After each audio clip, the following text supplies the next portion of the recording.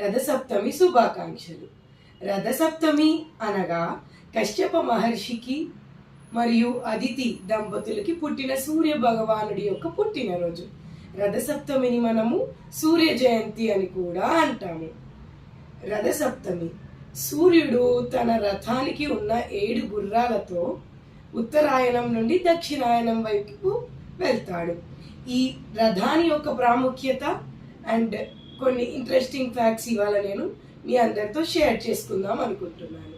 ఈ రథానికి 7 గుర్రాలు ఉంటాయంట. 7 గుర్రాలు 7 వివిధ రంగుల్లో ఉంటాయంట. ఆ 7 రంగులు మన ఇంద్రధనుస్సులో ఉన్న 7 రంగుల్ని సూచిస్తాయంట.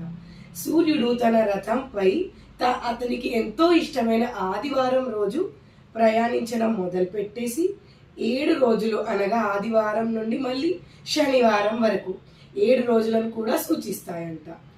ఇంకొక మంచి విషయం ఈ రథం గురించి పెద్దవాళ్ళు చెప్పిన విషయం ఏంటంటే ఈ రథానికి 12 చక్రాలు ఉంటాయంట. ఆ 12 చక్రాలు మరేంటో కాదు, మనం ఎప్పుడు తెలుసుకున్న మన 12 రాశులంట.